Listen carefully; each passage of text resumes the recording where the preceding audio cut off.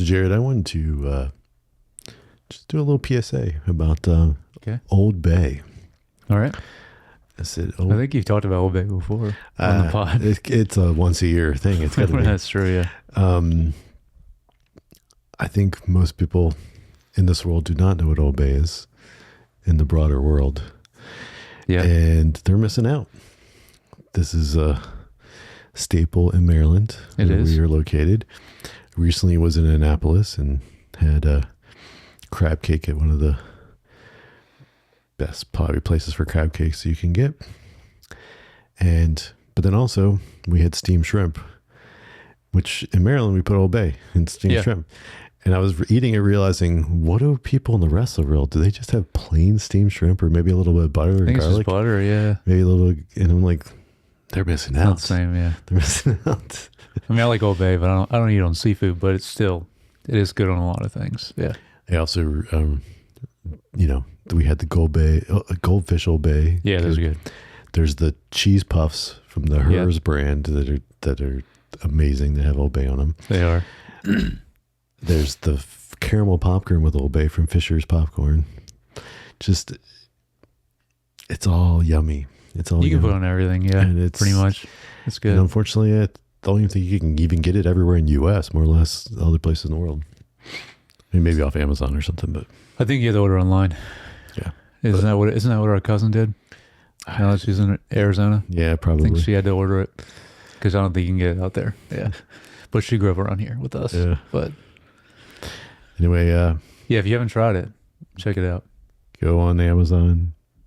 I don't care if you're in Australia, China.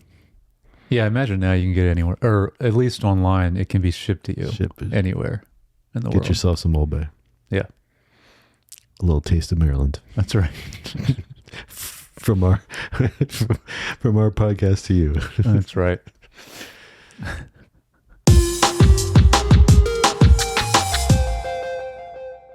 Hey, welcome back to the Screen Time Podcast. Today we are going to discuss House of the Dragon, Season 3, Episode 6. 6, yes. 6. I was like, is that right? 6, yep, yeah. That's right. But before that, we'll do some what we've been watching, and then also a little news. Sure. Yeah, we had Comic-Con, San Diego Comic-Con, so some news that we should talk about. Oh yeah, and I don't think we have any feedback this week, but those of you that have thoughts and comments, please send them in. Email at feedback@screentimepod.com, or just leave a comment or DM, and we will read those on next week's podcast. So, Jared, what's the point of having a podcast if no one's around to see it? Very true. So my name is Josh, and it's my co-host, Jared. We light the way. I love that line. That's actually from an earlier season, but very important in this episode. Mm-hmm. Yeah. All right. So let's get into it. There's a name of episode actually in previous last season, I want to say. Maybe. No. But yeah, it was nice to hear it in this episode. Yes, it was. Yeah. Yes, it was. All right. Let's get into what we've been watching. What have you been watching? Who do you got? I have 2 films to talk about. What do you have? I got a film and 2 shows. Okay. All right. I'll start with my first film then. The Dink. Oh, I didn't watch it yet. You didn't watch this? No. I was wondering if we had the same one. This is a movie on Apple TV. Yeah, I do want to see this. A washed-up tennis pro tries to save a club by reluctantly playing pickleball to earn his father's respect. This stars Jake Johnson and Ed Harris, and then Mary Steenburgen. Mm-hmm. This was actually, pretty funny. It was fun. It was better than I expected to be. Good. Wouldn't say it's like amazing, but for a streaming thing, I'd say watch it. I didn't know anything about it. I don't think I even saw a trailer for it. And it just showed up. You saw it. Yeah, but I think you're more familiar with pickleball than me. I've never played. Okay, well, me neither. But I am signed up to play here in a few I weeks. thought you were for like a networking thing that's pickleball and networking for for work. okay. So I will get to try it out at some point Nice. here soon. But I've never played. But Okay. I'm aware of what it is. So It was the fastest growing sport. It was, yeah. I don't know if it still is, but Probably not anymore. maybe slow down. I think so now at this point. I It don't know. is very hot for a second, but this is just like a pretty standard comedy. Yeah. I'm assuming. But it had some good funny moments, some good stuff in there. Okay. I like some Jake Johnson. Oh yeah. He's So- always great. Yeah. So, but yeah. So that's The Dink On Apple. on Apple TV. That was. I was trying to think of the last original movie they did because they don't do that many. Right. They They don't. put out so many shows though, but like movie wise, they only have like probably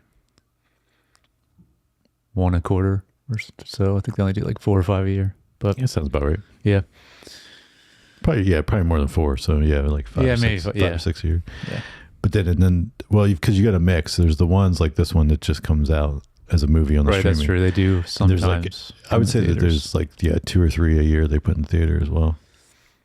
Yeah, I guess their biggest one was the Scorsese film, and that for sure was in theaters for a while. Mm-hmm. I don't remember any other ones that have been in theaters recently, but I didn't watch. There was The Wolf. That had what was it? The Wolf. When they called The Wolf, or Wolf, or something like that. Oh, Wolves. Wolves. Yeah, that's what it Yeah, was. that's right. I didn't That watch wasn't it. on theaters. I But thought that it had a was. big cast. I thought it was. Oh, maybe it was. The first film was because then there was a whole article about that director, writer, creator of that. They were gonna do. He had like a trilogy set Oh, up. that's right. But then when Apple basically said they weren't going to release any of the following ones in theaters because they were backing off on their theatrical releases on their films, He didn't then wanna he do it? pulled it Okay. and didn't want to do it there with them anymore. And I think I don't know, Paramount or somebody else is making the second and third Okay. one. Because I think he's still making them, but someone else is making them. Interesting. That'll actually release them in theater. Okay. Yeah, I forgot about that. I guess that was probably the last I one. think that was like just last year. Yeah. But I don't know if I don't think anything this year so far. No, there has to been something else Maybe. this year so far. There's been then. other movies. I'm talking about in theater. Oh, in theaters. Yeah. Yeah. I don't. There's the one with Matthew McConaughey. It was like burning. Oh, yeah. I never watched that. I didn't Yeah. watch either, but That didn't look great. No, but it wasn't. I don't think that was in theaters either. No, I doubt it. Well, there's been a couple films, yeah, because there's the one with it was even like written by that was the boy on the plane, little young boy on the plane. I don't remember that one. Yeah, this also just came out like last month. Oh, you know what? I did see the last one. It was not good though. It was the Keanu Reeves movie about that himself. This was after the Keanu Reeves movie and Okay. before now. There was another film on Apple TV Okay. that is like a young boy on a plane. It was kind of period more like 60s, 70s, Okay. and he goes for a ride on a plane. And it was, Oh yeah, that might have been in theaters. I don't know if it was or not, but Yeah, this is like apparently about something that actually happened in John Travolta's life because he was involved with It was it. like he's like I don't know. writing or directed It looked it. very strange of a film. Yeah, Normally I would watch it because of the time period, but it seemed weird. But yeah. Anyway, what my do you got? yeah, my first one is I was wondering if you went to see this yet, but The Invite. No, I did not go see I've been this wanting yet. to see this. And so this is Joe and Angela's marriage is on thin ice when they invite their enigmatic upstairs neighbors for a dinner party. The night spirals into unexpected places. So this is directed by and starring Olivia Wilde. Mm-hmm. This is the second movie she directed. Mm-mm. No? What else has she directed? Well, Booksmart. Oh, that's right. She did do that. Yep. Okay, so at least 3 now. I think it's their third. Nice. I think Booksmart was their first, and then which Last one was not great. I forget the name of it, Yeah. but that one was not good. But this is her, Olivia Wilde, Seth Rogen, Edward Norton, Penelope Cruz. Literally just them, because it's mostly just in the house. But it is it's awesome though. I actually really liked it. And I think I liked it even more because it was this was very weird, but Seth Rogen's character, he No spoilers. no. This is not this is not spoilers. This is just this is about his character that this doesn't have to do with the plot. Let me make sure the other things don't. No. He's a musician that was like in a successful band in his 20s. And he is now a music teacher and he has a bad back. And I was like, all right, check. It's strange to watch this. But maybe that made me enjoy it. Can't relate at all. Yeah, I know. Maybe that made me enjoy it even more. But it was crazy. But and that part of the story is really cool, what happens with it, but especially the way the film ends. But all four of these actors are really great. Especially, I want to say Edward Norton, Penelope Cruz. I feel like I haven't seen them in a while, and they're so good in this. But so is Seth Rogen. We've seen him a lot lately, though. But he's always great, and Olivia Wilde's great in this, and she did a great job directing it too. Because it was very entertaining the whole time. And like I said, there's like maybe one scene outside of their apartment, but it is very engaging the whole time. So that's a great.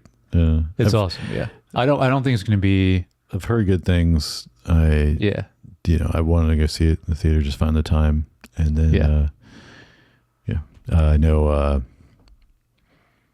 guess producer Lauren, call her producer. Oh yeah, I know she saw it like as soon as it came out. Oh, did she? She said she really liked it too. Yeah, it's great. I imagine. I don't know how well it did, but I don't think it's going to be in theaters much longer. I imagine. Question is like, how long? Yeah, how long before? I guess a VOD pretty quick, and then it won't be streaming though. Sometimes they take a while. Yeah, but once it's out of theaters, it goes to VOD pretty quick. It's just a matter of how long they want to keep it in theaters if it's doing well. Like Obsession obviously was the one that is just now in VOD, but they kept it in theaters forever because it was crushing it, just like Backrooms. So this one I don't know how it did, but it's definitely worth seeing. I know you'll really like it. So yeah, The Invite, really great movie. Very surprised by it. I thought it was I knew it was going to be good, but I might have liked it more just because of I've related to the character a lot, but for better or for worse, yeah. What do you have? 2 shows also? Yeah. Okay. We've got Ransom Canyon season 2 on Netflix. Oh, right. This came out. That's right. It says passion runs deep in a small Texas town as 3 ranching dynasties fight for their land, their legacies, and the people they love. So the stars of this is Josh Duhamel, is how you say his name, and Minka Kelly. I enjoyed season 1. This feels like a Tara Sheridan ripoff. I mean, like it's basically it seems like it's like trying to be that, but obviously someone else made it because it's on Netflix and not on Paramount Plus. But but this is entertaining just as much as those are. It's the same type of thing. And season 2 is pretty good. So okay, I forgot you saw the first season. Yeah, I watched the first season. Yeah. I remember looking really bad, but I was surprised you watched it. No, it doesn't. Well, I mean, it's cheesy, like these shows are, but visually, this actually shot really and lit really pretty. Like it's I would say the cinematography in this is way above what normally is. This kind of stuff just makes it watchable, and the 2 leads are good. Like they are good. They're good actors, and so for sure. I think that helps carry it as well. No one else that you recognize? Not really. I mean, like the guy that plays Josh Duhamel's dad, he kind of looks familiar, but I wouldn't know who he is, like off the top of my head. And then the rest of the people are, just okay.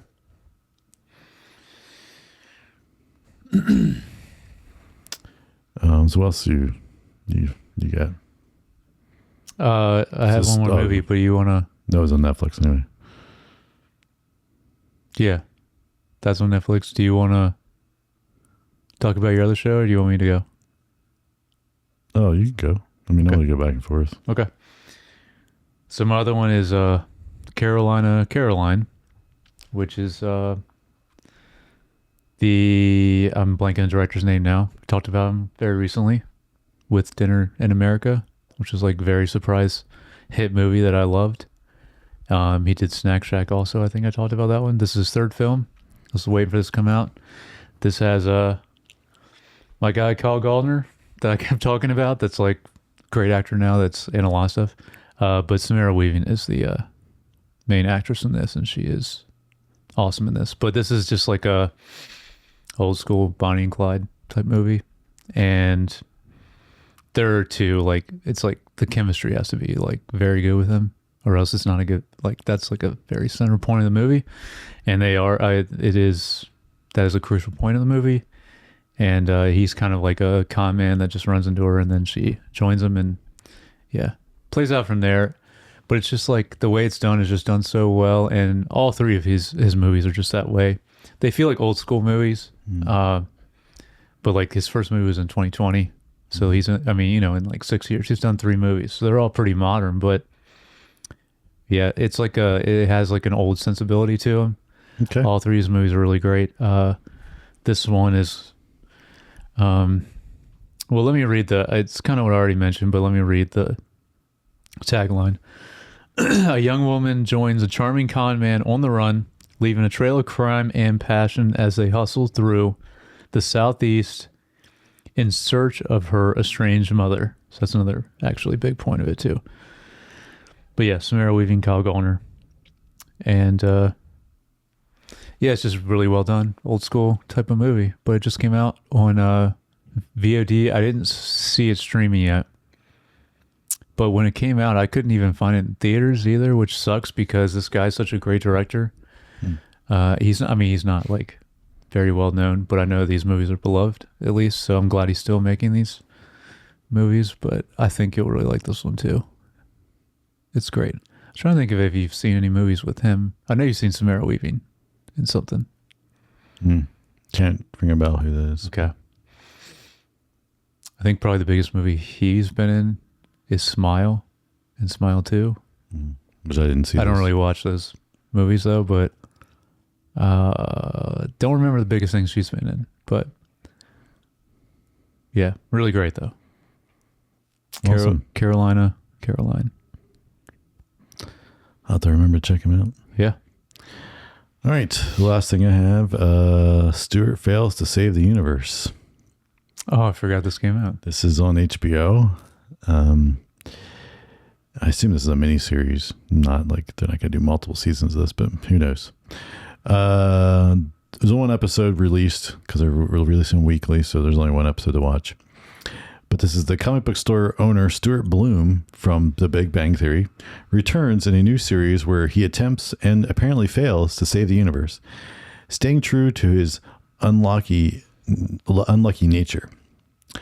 And this has, of course, Kevin Sussman, who plays Stuart, has Lauren Lapkus, who I think played like kind of his girlfriend. Okay. She kind of shows up in the first episode. And then also Kunal Nayar, which plays one of the main guys that didn't live in the apartment with them, but Raj, that was like the other friend, scientist. It's been a long time since I've seen Big Bang. He was in the first episode as well. How many spinoffs have they done now of Big Bang? I guess it's the second one because they have young Sheldon. Right, that's what I mean. Like this is, but I don't know of any others. But wow, okay. Well, this was pretty funny. This seems more of an original idea, though. Yeah, this was pretty fun and funny. Okay, and I think this is honestly not that different than the, but in different ways. But the show that Larry David's doing. Oh yeah, because this starts and they're like in this post-apocalyptic kind of world where, but he still has a comic book store. Nice. But then they basically, there's a, not, and this is not, I mean, it's just the premise of the show, but and there turns out that there's a way they can change universes, and there's alternate universes where, things aren't as crazy. Yeah. So then, and at the end of this, they figure out a way to get to the next universe, and well, it's kind of like, seems like it's normal, but then like there's a little tease at the end to be like, oh, yeah, there's a different thing going on here, and then of course that's when they end the episode. But so each episode is going to be like a different, probably, okay. But then it allows them to just do these whatever scenarios wherever, cool, and just have fun with it, and yeah. And it's like, I mean, I always enjoyed that humor. I mean, it's super cheesy, but at the same time, it's fun. So they definitely. So does it feel like the same type of humor? Okay. Yeah. So it's fun. Just one episode. But that's Stuart Fails to Save the Universe on HBO Max. I will say it does seem like a little bit of a lull in TV, but then I want to say starting in August and September, there's a lot of stuff coming up. But it seemed like this month now, there's... Speaking of... Oh, yeah. I've got my... if you're an audio listener, I've got my cup with my Believe sticker on. Yeah, that'll be out very soon. That comes out here in a few days. Ted Lasso, yeah. Yeah, Ted Lasso's season 4. After how many years? It's been a while now, yeah. Wonder if it's been off as long as Severance was. I don't think so. You don't think it's hit the 3-year mark yet? I don't think so. Okay. That's good. And along those lines, let's get into news. And that and an interview says they've got a 3-season arc for this. So for what? For Ted Lasso. So like, wow. If I guess assuming it has enough popularity in Apple TV, everybody wants to do it, they'll go for season 5 and 6 as well. Nice. Assuming it's like a 3-season arc with the female soccer team instead of the males, because that's what this is. Right. He's back and he's coaching a female soccer team. So that's cool. They said that because for a while it was like we didn't think there was going to be any more at all after only 2. Remember, there was right when season 2 was ending, there was a short while we were like, they didn't say anything about even doing any more then. So it's cool that now could possibly, you don't remember that? It was definitely like, I remember seeing something about it, or it's probably just because, these kind of shows happen and then all the actors get busy doing so many other things. And then it's like, oh, I don't know if we're going to do any more, or if we do, like Euphoria and other shows, it's like, it's going to be a long time if we do come back to it, So I don't know. I just remember there's a period of that, but they're going to do that much more. That's awesome. Well, and he said they had potentially, had the ideas for right. So didn't say for sure. Yeah. Cool. So let's get into some of the other news. Most of the stuff came from San Diego Comic-Con. Yeah. Ryan Gosling as Ghost Rider in the MCU. How do you feel about this, Jared? I don't know. This is not what I was expecting at all for him to do. Mm-hmm. Just because I don't know. I like when he does very serious movies. Mm-hmm. I shouldn't say serious because he's incredible in the Nice Guys. And that's a just amazing 70s comedy. Mm-hmm. But that's still a very, I don't know what the word I want to use is. It's like that. Obviously, Kay in Blade Runner was incredible. Place Beyond the Pines, La La Land. It's like that kind of stuff. It's like, I mean, even Project Hail Mary. But it's like just because the next thing he's going to be in is Star Wars, and now Marvel. It's kind of a bummer. You know what I mean? That he's not doing just very interesting, not Disney type stuff. So, but hopefully it's good. Yeah, what do you think of it? Anyway, yeah, but I'm just bummed that he's not doing the kind of stuff he used to do. I mean, I think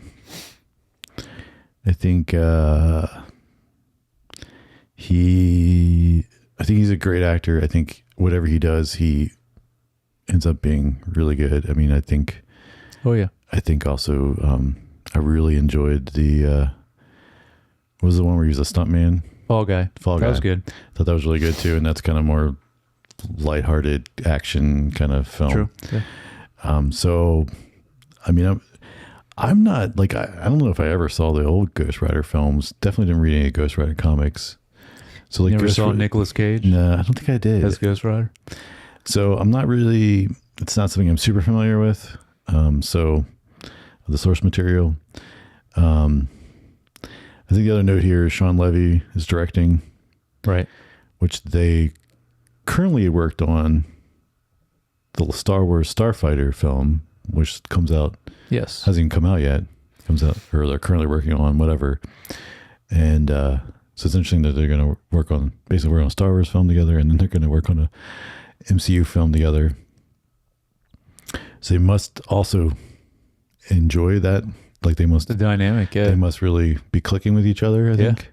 That they would want to work together again so soon. Which is good. It's just a good sign for both films. It just sucks that it's just Disney stuff for a while now that we're going to see him in, you know? Well, I'm sure he might do other smaller stuff in between. I hope so. Maybe. But Ryan Gosling is definitely he's pretty high up there for me. He's incredible. He's great. So, the other thing, David Johnson is going to be the new Black Panther. Yeah, this is awesome, and I think this is great casting. He's so good. Yeah, I met him and filmed him I was in. Did you? Yeah, because he was at CinemaCon for 2 years ago for The Long Walk. Oh, nice. Which he was in that, and he's such a down to earth, chill dude. Like and so this is great, and this is great casting. I think this is that is awesome. Yeah, I mean he's amazing in industry, but then he was incredible as the android in Romulus. That was like the one thing I was like, dude, everything I've seen him in. Yeah, he's. But yeah, I think Ryan Coogler's just doing some good stuff recently. Oh yeah, he's got Thomas Crown Fair coming. He's involved with that? Yeah, I think he's directing that. I think Michael B. Jordan's directing it. Oh, maybe Michael. I thought Ryan Coogler was directing it. Michael B. Jordan was starring. No, Michael B. Jordan's starring and directing, I want to say, but I mean Ryan Coogler could still be involved somehow. Yeah. Okay. But I don't know if he's doing anything else besides Black Panther 3 since Centers. But yeah, I just saw a trailer that just came out today from what did I think he was doing? Thomas Crown Fair. I don't know. He could be. I thought it was MBJ directing and starring. I feel like that's what I saw. You might be right. I just I don't know. Either way, it's got my girl in it. I'm gonna watch it. Which girl is in it? Adria Arjona. Oh, okay. Yeah, she's the main girl. Yeah, you're right. Michael B. Jordan's also directing. Yeah. Okay. Yeah, that's right. Because he directed Creed stuff too. But, yeah, he did. Yeah. Cool. Well, yeah. Either way, that's gonna be good. I think. Looks good from the trailer. Cool. Then we also got trailers for Blade Runner 2099. So what are your thoughts on this? This has been a long time coming. Mm-hmm. Cautiously optimistic, I would say at this point. I really hope it's good. It's one of my favorite properties, IPs, whatever you want to call it. What'd you think of it? Yeah, I mean, kind of similar to. It's just been going for so long. That's why I'm like, I was worried about it.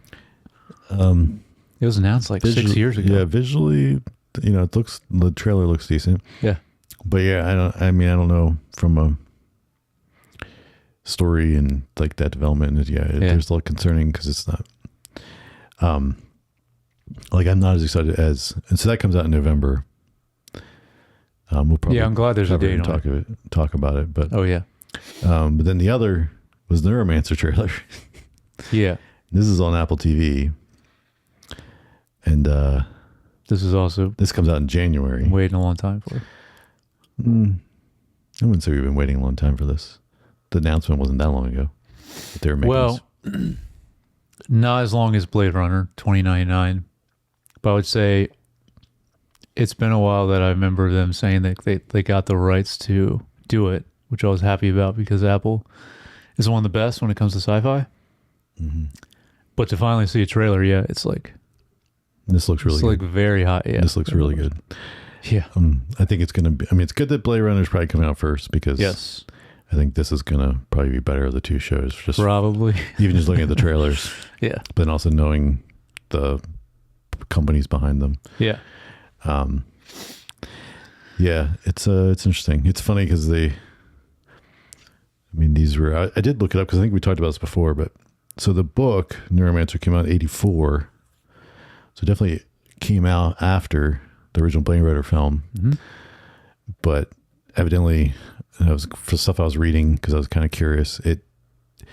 Neuromancer still credited for having way more influence on cyberpunk than the Blade Runner film did, especially because like the Blade Runner, the original Blade Runner wasn't as much like the neon cyberpunk kind of vibe. And then they adapted that more for the Blade Runner 2049 film. So, but like Neuromancer has, like the Matrix has definitely influenced the cyberpunk video games. So like there's a lot that was influenced. A lot of anime. Oh yeah, a lot of stuff that's just influenced by this book. In the show. Yeah. So. I showed this to Dad because this is another book that he loves and is another one that's the reason why I know about it. And so I know he'll watch it also. So yeah, I'm just glad it's like the Blade Runner one. I just wish Apple was doing also, even though Amazon has. It's just, they have their two, like Amazon does like two different budgets. They have their stuff that's like lower budget stuff, and then they have their like high budget stuff like Rings of Power, which we got a trailer for season 3 of that. Did you watch that? I did. It comes out in November as well. This looks really good. It does. And we covered season 2 on here. We did. And season 2 was a lot better than season 1. Yes. So I think it's going to be even better, which is very very happy about because I think you like season 1 more than me, but season 2 is definitely better. I think in general I liked them both more than you. Yeah. But then we both agreed that they got better. So this definitely is even better though. Yeah. You're right. Yeah. So I'm really excited for that. Yeah. Finally getting ring wraiths. Yes. That'll be exciting to see. Yeah. We also got a trailer for Lanterns. That's coming really soon on HBO Max. It comes out in a couple weeks, mid-August. That's what I mean. Like there's like the rest of the year. Yeah. This looks pretty good. I think, I should say it looks pretty good. I think it looks fine. I think if it wasn't Kyle Chandler in it, I don't know if I'd be as excited about it. Well, I really like the two actors, but I think it'll be good because it's Damon Lindelof. Yeah, I know. And that is promising, and you don't really see his stuff coming through just in like a trailer like this. Yeah. Because that's in more of the storytelling. And then, so that's why I'm looking forward to it more than just because the trailer, honestly, it looked fine, but it was nothing like it's just like generic alien powers trailer. So it's, from that standpoint, but like, who's involved in the actors is what makes me excited. You know how good like his other stuff is, and especially Watchmen. So that's why I'm like, I think if it's like that, right, it's gonna be good. Yep. So I hope so. And then also, did you watch the Carrie trailer? Did you see that? Did. Yeah. Yeah, I was forgetting there's this many trailers. It comes out in That's right. October. Now, this is not the one that Mike Flanagan is. No, it's Mike. He did this also? Okay, Yeah. because I was thinking about the new Exorcist. That's a film, though. This is a show on Amazon. Okay. But he did this as well? Yep. Cool. Okay. There wasn't really enough for me to really could tell, but Yeah, Mike Flanagan. but hey, yeah, he's awesome. So I'm sure it'll be good. But it's weird. There wasn't much to it. I guess it's was just more it's teaser. like a teaser. Okay. Yeah. Other notable, did you see the Spaceballs like multi-phase release thing? They basically mocked up like a thing like the a ton of movies? MCU Nice. where it's like this and then phase this and phase that in a different Spaceball They're films. not actually doing this, though, No, right? no, Okay, it was just totally the rip off and make fun of it, the MCU. And they released that at Comic-Con, besides like having a panel where they had a bunch of the actors like talking, promoting the film, because it doesn't come out till early next year. But as far as actual stuff they're doing, are they only doing the one? Yeah, movie? it's just the one film, just at least for now. But it was just I saw it like it's just funny because it was just like that makes sense for them to do that. That's cool. I was like classic Mel Brooks just making fun of pop culture. Oh, yeah. And I was like, man. It was cool to see. I saw a picture of Rick Moranis up there, which was awesome because hasn't been in Hollywood in a long time. Mm-hmm. Is he going to be in it? Mm-hmm. That's great. Yeah. He showed up on stage dressed as Dark Helmet Man. Nice. Okay. Yeah. And then also we got a little announcement in preview. I didn't see this because you didn't see it, but like Brad Bird previewed his new film Reagan. Oh, that's an animated sci-fi noir. Has Sam Rockwell and Tom Watts as voice actors in it. And they also confirmed that Peter San is directing Incredibles 3 and Brad Bird is co-writing and producing. Okay. So there's Incredibles 3 is also coming. Nice. So I'm a big fan of Brad Bird and all the stuff he's done. So the fact he's making another original film is that awesome. one looked cool. I didn't know what it was about at all. I just remember hearing the name of it. Yeah. That sounds cool. And then I know we're still in the middle of Silo season 3, but they officially announced season 4 is coming next summer because they shot them back to back. So it's not nice. So that'll be, and it's the final, to finish it up, final season. So, and I will say that the season 3 has been really strong. I think I said this already. It's not a huge spoiler, but they're definitely doing every episode. There's two storylines they're working with. There's the Silo, and then there's the flashback to like before what dystopian stuff happened. And so you're getting some of that story, and then there's like certain elements that connect a little bit. So I think that's really helping drive the narrative and keeping it much more interesting than where things before maybe felt a little slow in season 2. They really did. So I don't know if you were watching it or not, but no, I need to do what you said to just skip season 2.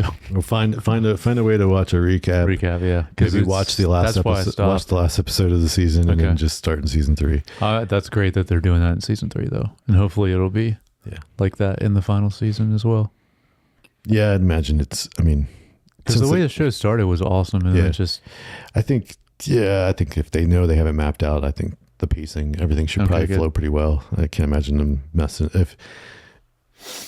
Okay. It probably was just what happened in season 2 is they weren't sure how much they were doing. True. And so they were kind of pacing it a little slower, not to run out of material. And then once they were like, okay, we're going to do 3 and 4 and be done, then they're like, okay, here's how we can map out the rest of the story. And I mean, that's my guess.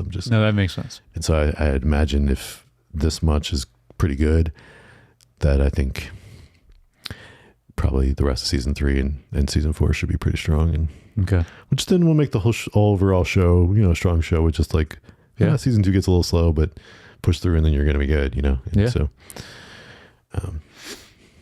anything else news that I missed that you might have? I think that was everything besides finally seeing the Doomsday trailer that they showed like way long ago, and I don't know why they didn't release till now. Well, I feel like that came out before. Oh yeah, you're right. But that came out before Comic-Con, but like, yeah. I don't know why they waited so long to release it, but who knows? Doesn't really. It's more just I just hope it's good, but yeah, it hasn't really changed my thoughts on it. I think they did show some more footage of Doomsday. I'm sure they did. At Comic-Con that is not online yet, but okay. Cool. All right, well, let's get into House of Dragons Season 3, Episode 6, Faceless Men. Mm-hmm. While Rhaenyra and Daemon focus on how best to deal with Ormond, tensions among their neglected allies begin to erupt. What were your general feeling, thoughts on this episode?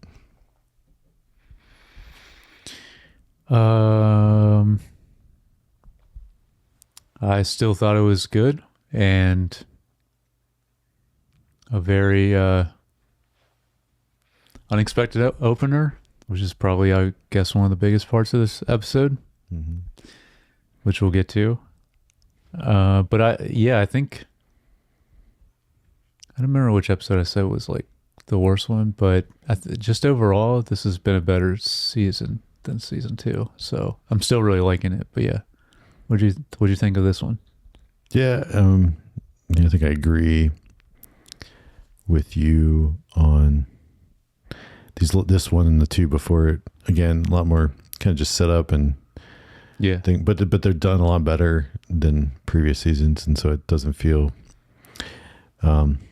I know the main thing, but they definitely are minimizing the Harrenhal stuff, which, like, unlike season 2 where they spent way too much time with Daemon there. Yeah. In this, but yeah, I think I like this one better than last week's. So I think last week's was probably the low point for me. Was that the one? Yeah, that sounds right. It's either 4 or 5, maybe. Yeah, I don't remember. And then it doesn't mean they're bad. They're just like, but I think this one again was a little bit more cohesive overall story narrative of the episode. And I think some good moments. I mean, some silly stuff too. Some things in here in the question, but but the opening. Well, real quick, also I want to say I think we did talk about this maybe at the beginning of the season, but the jump up in how good all the dragon stuff looks, it's like amazing. The dragons have never looked better. Yep. Like even from season 2, especially them riding it too, because that still looked janky and that's not nearly as bad now. But like also it's just great because there's a lot more dragons in this season, and they just look way more real. Talk about, I mean, the sound design for them is amazing too, but yeah, it's just great to see a lot more of them in this season. They're a lot more involved in the plot too. But yeah, the opening of this episode was awesome. Also a bummer, but awesome. Yeah. I agree. So let's get into opening scene on this. Christian Cole leads his forces to it looks like abandoned Riverlands camp where a bunch of people died. Yeah. Supposedly. And it turns out they're in ambush. This was such a crazy like strategy. So it was like they were decoys or more like no, they were just playing dead. They were playing dead, but they were there to like draw them in, like as a right. And then once he got all his men in there, then of course the real trap shows up. But it was cool because it was a cool little battle that we got to see. Yeah. And see him kick some butt. And then realize, oh, there's a whole army here. Yeah. And then I loved the way it like kind of set up where he tried to do the noble thing and be like, let's just, you 2 versus 1 and save my men. They didn't go for it. So then he's like, well, I'm just going to go out in the, blades of glory. And he gets the little scarf or whatever it was that he got from Alicent. Yep. ties it around the sword handle. He grabs the sword. It's like so like dramatically built up. Oh yeah. To then like him just get shot with an arrow. 3 arrows. Yeah. And then another one. And then a third one in the eye. 3, right? Yeah. Yeah, but it's like, but they pause and let them hit. It was done really and well. and then you're like, they let the beat long enough that you think, oh, is he still going to be okay? Oh no, there's another. And you're like, oh, he's definitely. And then it's like, oh, there's one to the eye. Yeah. And then. But I love the way it's done. Also, like to expand on your point is that, and I don't know where I saw some people complaining about it. I don't know. Maybe it's not how it is in the books. I don't know. But I love how the end of that last episode, like it's literally the complete opposite. Where he's like, I just love how his death, even though he's one of my favorite characters, so it sucks that he's gone, but I love how his death was so unceremonious when he's like, like he did not go out and no one will remember him. No one will write songs of his greatness as a warrior. He won't go out like, all this whole long monologue in the last episode. It's just, so I thought that was really well done. Like, it's just like, it was very like, but also like not surprising because like, of course. You get to riddle, if you get to say a bunch of stuff like that, then yeah. Also, I think this is something they've done a handful of times in Game of Thrones where, like this is, I think why these things land so powerfully is because this is probably what happens more often than not, right? Like I should say in battles back in the day, like when there was this kind of thing, it was like something silly like this, you can just shot by an arrow and you're dead, like and also it's like it'll be interesting to see how long it'll take for even anyone to even find out. You know what I mean? Like the rest of the land, because it is such a remote, kind of remote area that things are happening. But most people won't even find out or even care. You know what I mean? Yeah. So it's like that's to that point. Yeah, true. Most people are not even going to, because he's nobody. Yeah. So then why would they report that? Yep. It's just going to come back to like the Riverland people will just be like, yeah, we wiped out the Green's army or whatever, and that maybe someone that like Allison or someone will be like, wait, but yeah. And but it also feels like he's so long forgotten already before this. Yeah. Like, it's like, no, he's been building up his own kind of. I feel like none of the like higher ups have like mentioned a thought of him. No. In this season at all. But he's also like, because the last episode especially, like he's going rogue because he's like, I don't want to serve either side. Yep. Then so he's trying to like build up his own army and kind of be his own third party thing, and then didn't turn out too well.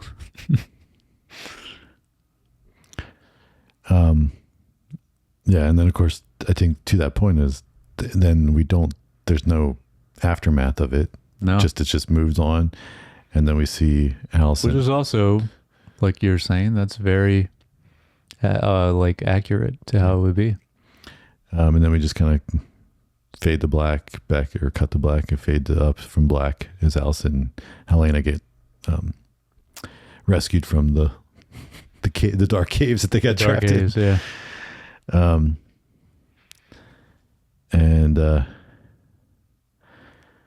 So that's kind of just a brief moment there. And then we get the conversation with Rhaenyra choosing to like talk to the council about dealing with Ormond, and instead of going to burn the place, she decides to send assassins, right? Which then we later see in the episode. That was another great scene. Yeah, we'll see later on. Yeah. But yeah, so it's kind of set up for that. And we also get Hugh and Ulf and their little conversation. This is where my quote came from. Yes. He's kind of like, what's the point of having a dragon if no one can get to see it? It is crazy that that set up last season, which was very cool to see, just because it's inconsequential person actually bond with the dragon, now a Targaryen. Mm-hmm. I mean, they are Targaryen blood. Well, yeah, but whether they call them a lowborn or whatever the word is, but it is funny that they're just kind of like, almost every scene, it's just them like complaining that they're just like sitting around, either waiting on the queen or they feel like they're not really doing anything. Yeah. Yeah, these guys are funny. They are funny, yeah. And we get to see a little more from them a little bit later, but Yeah. and then we get a nice conversation. I don't know how you feel about this, but where Rhaenyra and Allison talk, and she kind of reveals about Helena being pregnant, and and then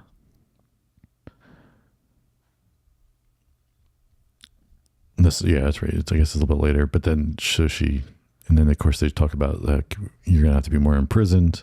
We can't have you just wandering around anymore, confined to the room, extra guards, blah blah blah. Right. Which then Allison's all concerned for her daughter. No, I think the most interesting point with Rhaenyra is later, Yes, for sure. Then we get the gold cloaks all leaving Damon. Yeah. He tries to convince them to stay, but they're like, we got to take care of our families. Yeah, were they basically saying like they're not getting paid enough? Was that their point? Well, they haven't getting paid at anything because they didn't have any money. And and then he kind of, was it 2 episodes ago, he kind of inspired them to stay. He's like, hang in there, we'll get through this. And then I think between then the guys going around trying to kill him, and then that and the commission, they're not getting paid. It's like, hey, we got to go do something else. Yeah. I think, and then Damon, of course, dresses up as one. Yeah. And kind of wanders through, and he does find one of the, tracks him down. I think this is where this is one of the things that kind of a little goofy to me. The guy, it's almost like the thing with, I always think of Cobra from G.I. Joe, but then also they say it in the MCU. It's like, you kill one of us and 2 more pop up, kind of the Hydra. Yeah, the Hydra stuff. Yeah. And it's like, but they also used to say that, I don't know what came first, because maybe Hydra in the comics was before G.I. Joe, but yeah, I don't know. But I know they used to say like Cobra would do the same thing, and like, say the same kind of line about that in the G.I. Joe cartoons in the 80s. So but he kind of says that same type of thing. Yeah. And you're just like, come on, that's kind of cheesy. I was like, there's no way there's that many these guys infiltrating into the city, because I don't feel like what's his name, Orman, has that much control there. But yeah, we don't really know how many men he has. Yeah. But this is the guy we saw that was sending the messages, right? Earlier. I think so. I don't know. But obviously there's got to be enough that they could take out a handful of these gold cloaks, and not just him by himself.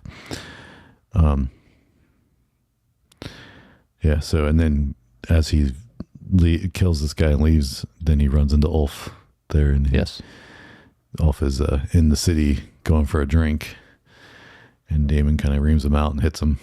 Yeah. Which is, I mean, I feel like it's just, they're just asking this guy to like change sides with his dragon. Like they're just not treating him well. Something's going to happen soon. Or he's going to do something. Oh, yeah. Or they're both him and these 2 guys. Because then, what's his name? Hugh. We get Hugh like sneaking into the town and finding his wife. Yes. And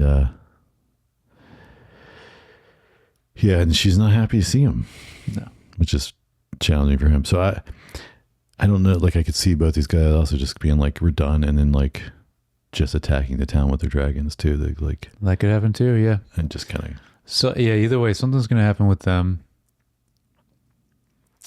Just because, I mean, they're just sick of just waiting around all the time. Yeah.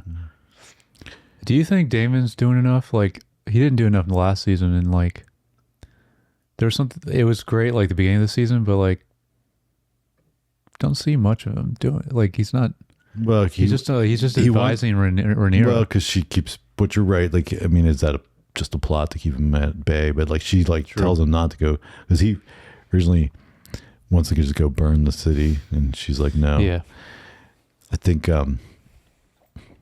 There's the moment in here where she finally admits that like it's not what her dad would want, and then he's like, "There it is." Like he's like, "You know, your dad," which I think is a lot of these 3 episodes with her being on, you know, this one and the 2 before it is basically her managing, you know, things. Yeah.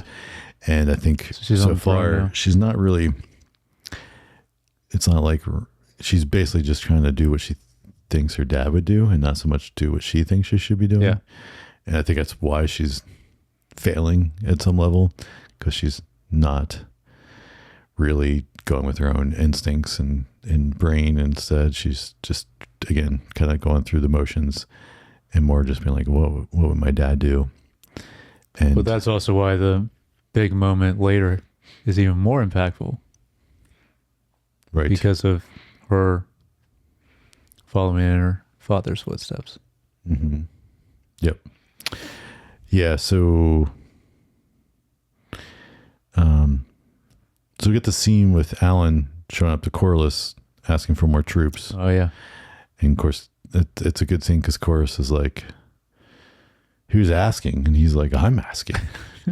Because he thinks it's, you know, Rainier. He's like, I give him Rainier enough. And he finally is like, well, she hasn't admitted and he's like, well, how long did it take you? Mm-hmm. And this is, I don't know. I just think it was a good scene where he's kind of stepping into his own. Alan is, and Alan with a Y. Alan with a Y. What's the girl that is comes on down? I didn't recognize her. That's the, or I don't know her name. yeah, that's it's who was married to Chase. Is it? Okay. Or Jace, whatever is that died. Oh, Jace that died. Okay. Yeah, it was like they were married. I didn't remember together. that, but that makes sense. Okay. Yeah, and then because I just didn't recognize she was her. one of those flying around with them, and then besides okay. Sheep Stealer, and then Sheep Stealer, yeah. Besides that, yeah, but yeah, so she's newly single. Yeah, well, that makes sense. And while she was doing that,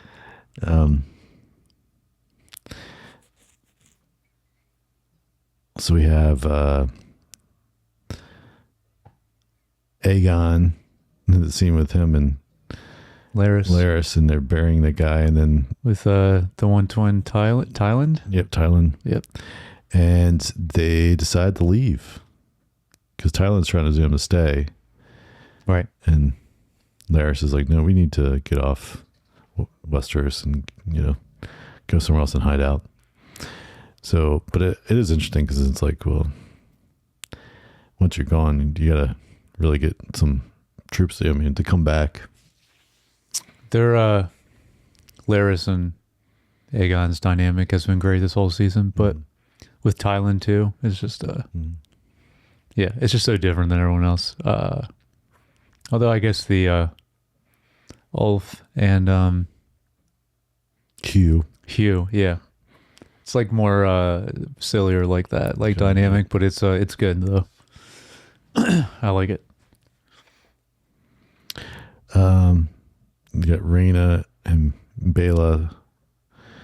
Rhaena, she's following Moondancer and hopes to see Bela, and then she gets captured. Mm-hmm.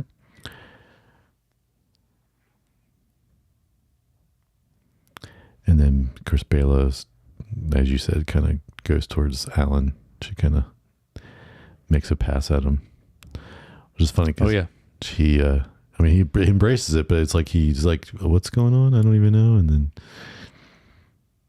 he was very surprised at first. Yeah. So then we get the stuff with Darren with Ormond. Yes. And this stuff was good because we get where Gwen shows up, right? Gwen. That's what. Yeah, that was with. Yeah, that was with Kristen, but he left in time, so he didn't get caught in that stuff. Yep. And then he's here. Essentially saved them all. Yeah. And well, but the conversation before that where Darren's talking to him and he's like, "You left me here with him." Yeah. And you kind of see he's like, and kind of admitting that like if no one else is around, he kind of has to go with whatever crazy thing Ormond wants. Yep. And so he's like, he kind of is controlling me. So I think that's was interesting because we hadn't seen that side of him, right? Like No. we just assumed he was happy going along with Ormond's plans, but it seems like he's maybe not so into it. And then we get the scene with the assassins showing up as Baratheons, dressed as Baratheons. Yeah. And this scene was great because it's like the smell and the way they did the effect on Yeah. Ormond as he like kind of couldn't handle the smell. And then like you said, the Gawain figures out it's an ambush. And But seeing how just adept he was in this scene. I mean, we saw it before with Kristen's crew, but like this was like very impressive what he does. And this whole scene was awesome. She basically like slits the guy's throat and he's like, hey, they don't have dark hair or whatever he says. He's like, hey, they don't look like this, essentially. Like he's telling Ormond. Yeah, and then Ormond, after the whole thing's done, he pukes because he can't handle the smell. Yep. That's why he carries around his whatever scented thing he has to smell all the time. Yeah. Which is just so like it's so funny, but it's a great way to distinguish a character because we've never seen any character like that. So like, Yep. George R. R. Martin always he does a good job with that, setting us up with a new character that's like very unique. Yeah.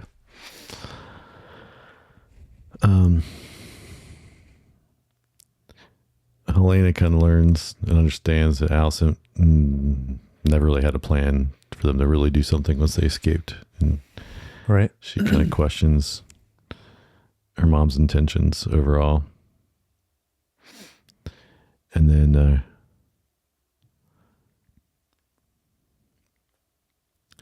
like you talk about, then Rhaenyra fails. She just can't handle the stuff she's on the throne and all that stuff, and she pricks her, cuts herself, just a nod to her father. Yep. And then, Yeah. So will she go down that same path now as her father? and then she just walks off. She's like, I can't deal with this. And I mean, most of the things are stuff that she's trying to work on, but it's taking way more than time than. I mean, though that like it's whether it ends up being anything like what happened to her father, it's not going to end up well with her. I forget the line, but it actually is in Game of Thrones. That he does. Who is it? Mentions Rhaenyra, how she dies, which is crazy if you go back to Game of Thrones now and see that line. But also it's like Rhaenyra is known as Rhaenyra the Cruel, so I don't think that's gonna change. So I don't think it's gonna get better for her for the rest of the season and for the final fourth season too. But Yeah, and then I just am curious if it's gonna be anything like her father, though. Yeah, How he went out. he probably not to die the same thing. No. But I mean, if there'll be any similarities because she got cut by the throne. Rhaenyra then meets with Alicent again, and Alicent admits that she knows where not Damon.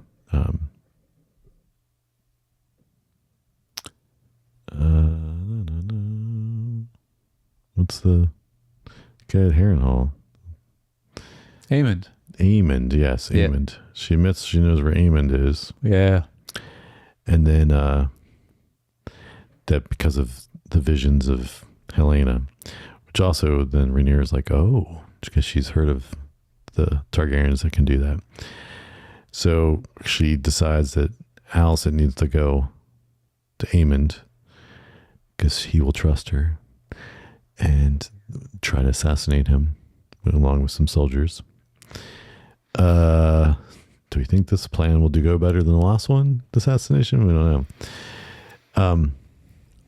I don't know, but our witch is still doing a good job of just keeping Aemond there. Well, just like his father. Yeah. This is interesting. So she's kind of talking to him, but he's going to leave. Then she kind of stages what looks like she stages like some little farm boy to try to attack him, and she saves him.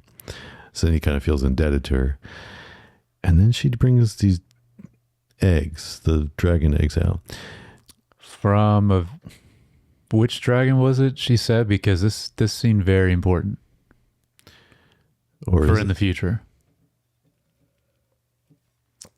Do you think the dragon eggs are real? Yeah, I do. Yeah. Yeah, I think this is going to be important. Yeah, but I because of who she. Now, obviously, she could be lying, but I do think it's going to be legit. But I'm blanking on who she said it was from, which dragon. But so you don't think it's? I mean, like, she can make all kinds of stuff. No, I know, but like, she's definitely. I mean, the way they showed it looked like he was dead. Like, he got stabbed and died. But like, I don't think that really. Like, we didn't even see where the knife came from. It just kind of wasn't appeared. Yeah, she's made. I mean, same thing with when last episode where he had to save her. It's like, I think she orchestrated that too. I'm not that. I mean, those guys would have been not orchestrated, but like, she could have dealt with them, right? Just by manipulating some things and making them go crazy or whatever. And yet she didn't, because she wanted, damsel in distress kind of thing, I think. Mm-hmm. So she's definitely manipulating Aemond. Oh yeah. And so then it's like, well, then why would it be not that far-fetched for her to be like, make up some dragon eggs to try to keep them there? No, you're right. But I think the dragon eggs are going to have some big significance. Okay. Because even if we say they're real, yeah, it's still going to take years for them to hatch and grow and get to any reasonable size. So, I don't know. Yeah. Yeah, I guess. I mean, yeah, we're not going to, unless there's a big time jump, we're not going to see them really at all in the show. Yeah. Play any significant part in this show.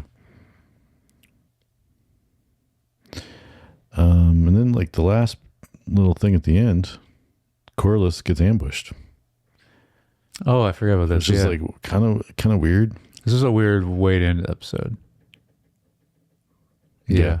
I agree. I was like, whoa, yeah, this is out of the blue. Like, one, he just never came across as someone who would be caught that easily.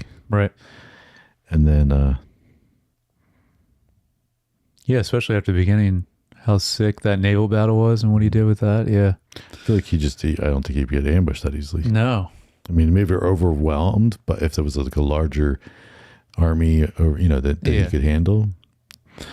So I don't know. I thought this was a weird scene. Also, it was just kind of like random. And then I agree. So it's kind of a weird choice for. I mean, it might make sense next episode, but yeah, it was a weird place to end it though.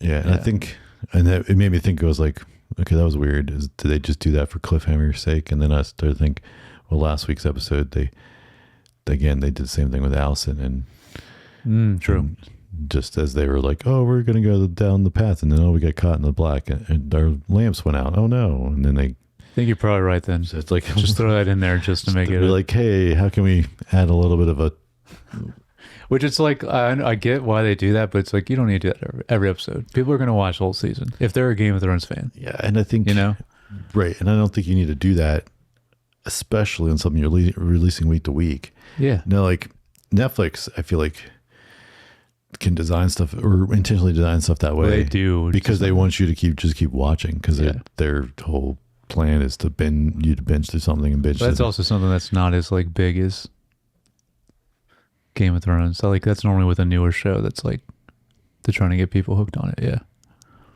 This is just like, you don't need to do that. It's nice to have certain episodes like that, but yeah, you don't need to do it every time.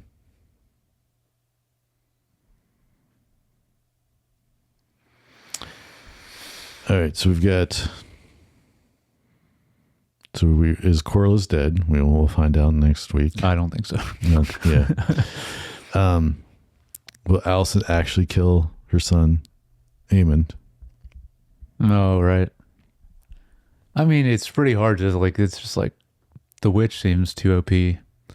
Well, for anyone. I mean, he kissed his mom earlier in the season. Yeah. So that's true. I forgot about that. That was a big There's moment. definitely a bond there, but now he's bonding with this lady who's kind of taking care of him. So, but it's definitely going to be a little like. That's a good point, though. That'll be a very interesting scene, because he's very much. attached to both of them now. Yeah, you're right. We're still waiting to see what Ulf and Hugh, these guys are Gonna go rogue. Even Adam. Yeah. They're all kind of still could go, like you said, rogue. Yeah. Hey, next week is penultimate, so I know. Feel like I think these last 2 episodes are going to be Tumulton. great. Was it Tumulton? Whatever. That I feel like that town's going to burn at some point here. Yeah. I don't know. That's a good assumption. Yeah. I guess, is this the end of Aegon this season? Aemon or Aegon? Aegon. Like, is he just, because he's leaving? Oh, is he actually going to leave? Well, I mean, they said that he's going to leave. Do we see him leave? Do we need to see him leave? Do we even need to see him at all anymore? If he's going to be kind of off the playing board for a little bit, like we could almost... We have to see him. It would be weird to not see him in the last 2 episodes at all. But I don't know. I think these final 2 episodes are going to be really, really exciting. I hope so. Because, I mean, they, except for last season though, but they kind of already redeemed themselves with this. But it's like, penultimates are always exciting. And then there's like, not as crazy stuff happens in the finale, but it's always very like cerebral and more like, I don't know, just the combination of the penultimate and finale, when they do it in proper Game of Thrones fashion, is just like some of the best. Always has been in the past. So I think these last 2 are going to be great. Yeah, I mean, I don't disagree. I think that they're going to be pretty strong. But no, I think we have to see Aegon still. Okay. Yeah. And then I guess like I already asked, but kind of, with Alice and the eggs, are the eggs real? What's it going to mean? And then, like I said, it's, even if they are real, it's not going to produce dragons that quickly. So I don't know how valuable they really are to the overall. It could be relevant to Dany's eggs in Game of Thrones, even though, if they are real. You know what I mean? Because this is what, 100 years? Is that the timeline? Could be the one she ends up finding. That's what I mean. Like, if it's actually legit, like that would be a very cool connection. But because the name, I don't know. It's the reason why I also thought that it was like, I was like, oh, this is legit. Because it was the way, again, you're talking about like, you're right, because she's so manipulative, the witch. But it was the way she said the name of the dragon that these eggs came from. Made me like be like, oh, this is a big deal. But I apologize for getting the name of the dragon. All the dragon names, it's hard to remember them all. But it, seemed like a big deal. So we will see, I guess. We're not book readers. We don't know. We haven't read the book. So I guess that's a cue to just mention you guys if you have thoughts on this, or maybe you've read the books and you want to know your thoughts. Please let us know, and we can talk about it and discuss it next week on the podcast. But you can send us your thoughts and their feedback to feedback@screentimepod.com, or just leave a comment or DM, and we will read those next week. If you don't already, please like and subscribe on Apple Podcasts, Spotify, YouTube, and Facebook, Instagram, and TikTok. And next week, we will be discussing the penultimate episode 7. Yeah. And, well, I mean, by then, I think we'll have watched at least one episode of the new season of Ted Lasso. Yes. Should be. Yeah, so it'll be out there. We'll talk about that, too. Oh, yeah. But anyway, till next time, we will catch you guys then.